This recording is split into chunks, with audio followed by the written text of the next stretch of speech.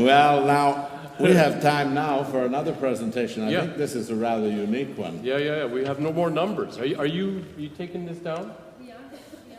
There's some more Good. interesting stats here. Yes. Now, we're going to talk a little bit now about pastoral care. Because Mark has worked with many ministry teams over the years to deliver pastoral care.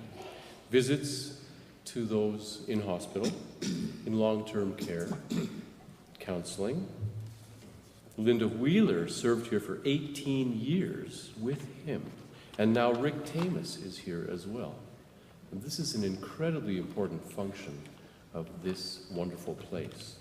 Now that's 95,680 hours with these teams of pastoral care happening at IUC, and then add the volunteer hours, and that number goes into the stratosphere. You got that? Okay, good. Now John also joined that team by visiting those in his musical constituency and providing healing music during special worship services. And Patty and Dorothy and Kristen have showed their love through countless caring acts. Pies. Mother's pies. It's the truth. It's the truth. Mark first started Prayer Link with Sally Hubbs 23 years ago, and the love and care keeps on growing. There are over 16 pastoral care ministries at IUC. 16, thanks to these wonderful people. Now, this congregation has a dedicated group of folks who knit and crochet prayer shawls as a tangible sign of our desire to care, kind of like a prayer hug. So on behalf of the Prayer Shawl Ministry, I'm now calling on Dorothea Vickers to say a few brief words. Where are you, Dorothy?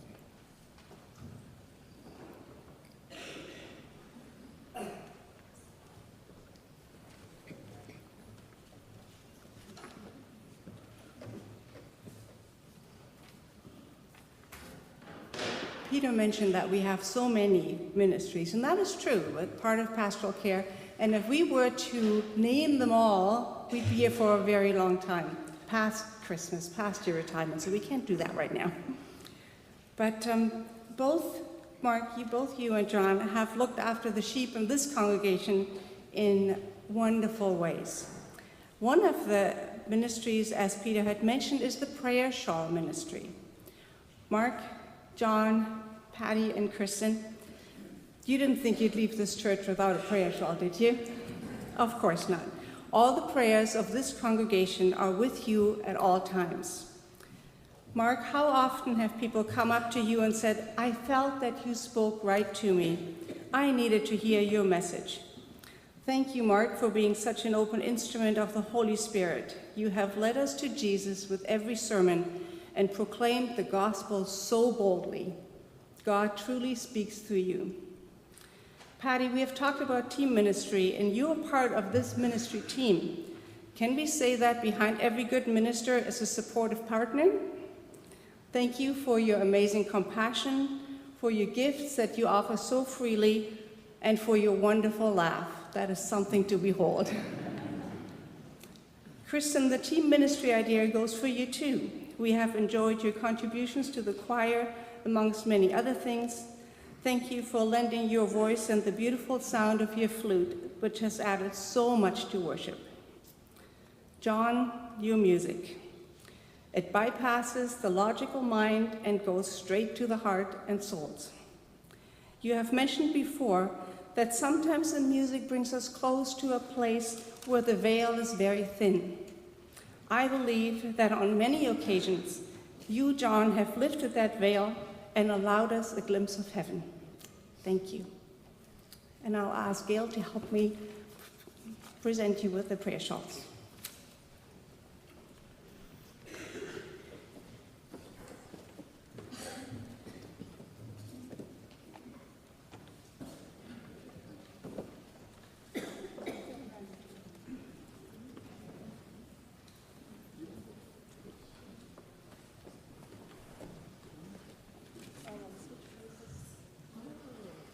Did you know, folks, that Gail Little holds the record, the world record, in prayer shawls completed in record time?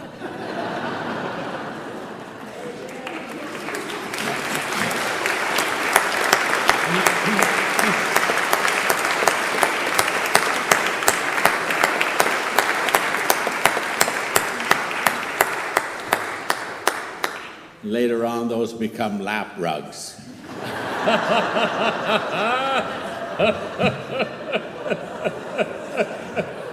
Now, pastoral care is really something. Now, I remember a true story when Mark was in Paris, Ontario. He was there for, 9 years?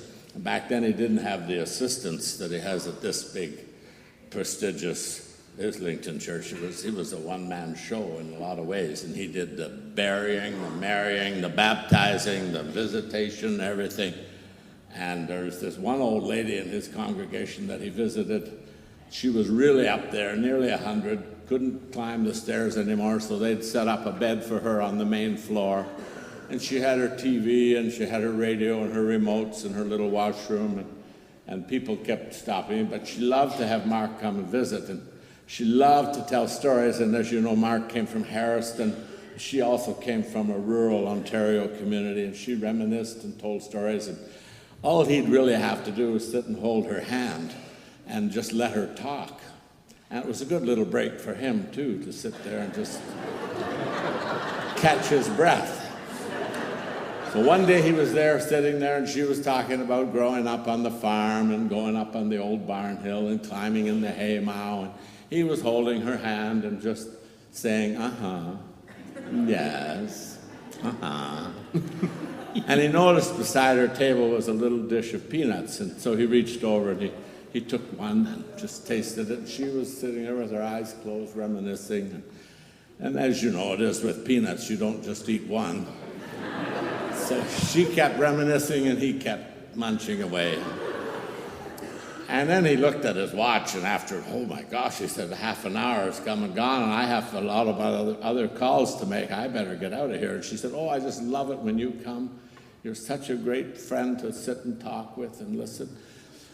He said, okay, well, I love it too. You're a dear old soul. But he said, I must confess, I've been sitting here and I've eaten this whole dish of peanuts. And she said, oh, those darn things. She said, since I lost my teeth, all I do is suck the chocolate off them anyway.